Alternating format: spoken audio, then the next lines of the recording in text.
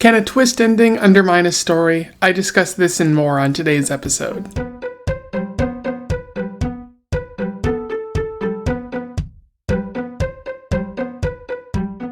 Welcome back to Around the Weird, a booktube channel where I talk about unusual and out of the ordinary literature that I found in my travels.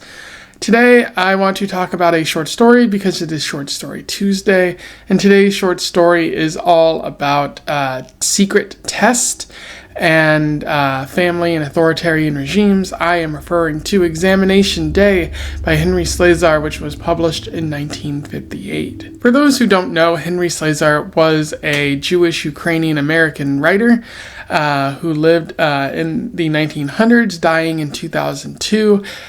He wrote a number of short stories as well as a few novels, but he also wrote quite a few radio plays and TV show episodes, particularly for The Twilight Zone, which makes sense given that he was known for his twist endings, so you see a lot of twist endings in the Twilight Zone. TV Guide once said that he was like the most like kind of well-written or like well-published author out there because of everything that he wrote for TV. And a lot of his other works would be found in pulpy kind of magazines or like science fiction journals and whatnot. I think some of these, this particular short story was at one point too. So pretty interesting author. I have a lot of things to say, some not good about this short story, but I would definitely be interested in finding more of Henry's work in the future. So without further ado, let's talk about Examination Day. I will do a summary, a little bit of analysis, and we will move on from there. So Examination Day focuses on Dickie Jordan, Richard, as he's known to the government. It is his 12th birthday, and so he is getting fancy presents, enjoying the day with his parents. But his parents look slightly concerned, and they tell him that every child has to take an exam, an IQ exam that measures their intelligence on their 12th birthday. And that Dickie will be doing that in the morning, the next day.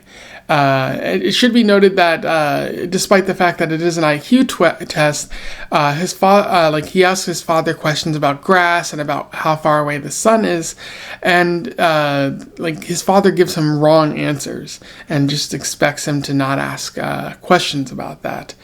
But the next day, they go to the government building, and Dickie drinks some sort of chemical that forces him to be honest about his answers, and he proceeds to take the test.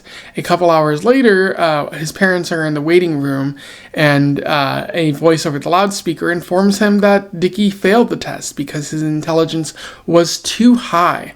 And he was in fact killed, and so the government is wondering what the family wants them to do with the body, and that's where the story ends there. In terms of analysis, there is a little bit we're talking about with this story.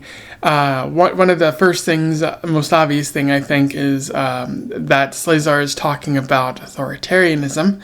Dickie and his family live in a dystopian regime, and it's pretty obvious. There's a government test, and the government kills people who are too smart.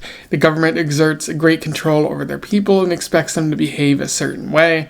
Also, authoritarian regimes always talk about intelligence, IQ test, as if those are like actual standards of how smart people are. But of course, I have a degree in psychology, and I can tell you that IQ tests don't really tell you how good or how smart you are. They tell you how good you are at taking tests. And of course, IQ tests are culturally sort of biased and whatnot. So, of course, authoritarian regimes use them because authoritarian regimes are filled with the stupidest people imaginable often. But this story isn't interested in sort of exploring that. It's more just interested in showing you that this regime is authoritarianism. And that this authoritarianism seems to, trickle down to the father, because when Dickie asks his father some questions, his father gives him the wrong answer, which should be your first hint that intelligence isn't that highly praised in this society. But also that his father is just asking him to be unquestioningly obedient, expected obedience, and if you break from that at all, you're punished in some sort of way. Of course, if you had a high IQ, the authoritarian regime wouldn't like that, because you might question this regime, but you also might plot ways to take it down or whatnot. So I do like how Slesar is showing this authoritarianism, but it is kind of bare bones, which I'll get to in a few moments, and I think that's largely due to the twist. Slesar is also talking about family here. No one tells Dickie about the test until he is 12, which you would definitely expect family members to be like, hey, there's a test coming in a few years. Here's what might be on the test. Or at least here's what the test is expecting. Let's maybe find ways to counteract that, if especially if a child is smart.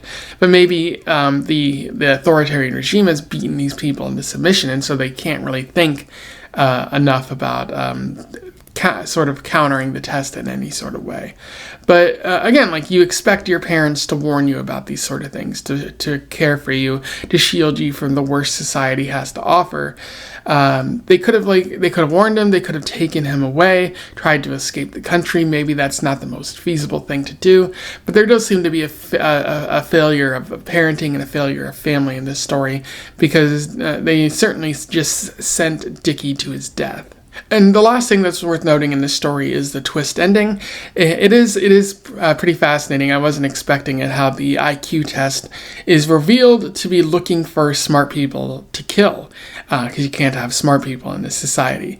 At first, when I was reading it, I thought that it was interesting that they gave you a chemical to force you into giving correct or like honest answers. And I was like, well, like, would people give wrong answers to prove that they're less intelligent? Maybe this, and I thought, well, maybe they're looking for people to work in the government, and nobody really wants to work in the government.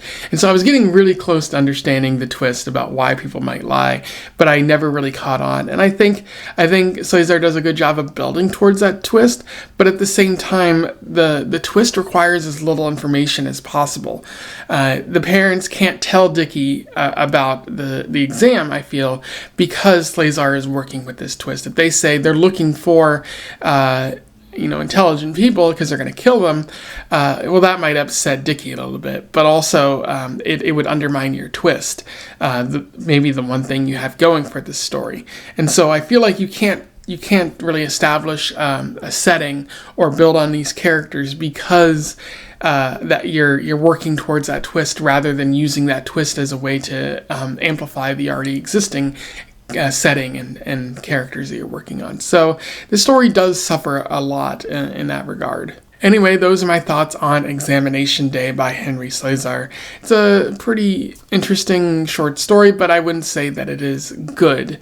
Again, I think that twist undermines the story, and it seems like Slesar worked from there rather than working on establishing, anything about the authoritarian regime or the family. You're given as little information as possible, and so it doesn't really feel like a fully fleshed out short story. That said, again, I would like to find more of his writing because, it seems interesting, and I do kind of like those twist endings. They're definitely in the vein of the weird. I've talked about O. Henry enough on this channel before, and so just focusing on Henry Slesar would be a little bit of fun. Maybe I might do a specific month on him sometime. That remains to be seen. But I wouldn't particularly recommend this, but it could be fun to read, so I'll put a link to it in the description. Let me know your thoughts in the comments below. Otherwise, don't forget to like, share, and subscribe so that more people can find out about this author or the short story if they don't already know. Join the Discord, which there's a link in the description, if you want to talk more about short stories, books, movies, television, those sorts of things. And until then, I wish you the best of luck in your weird and exam-taking travels. Farewell.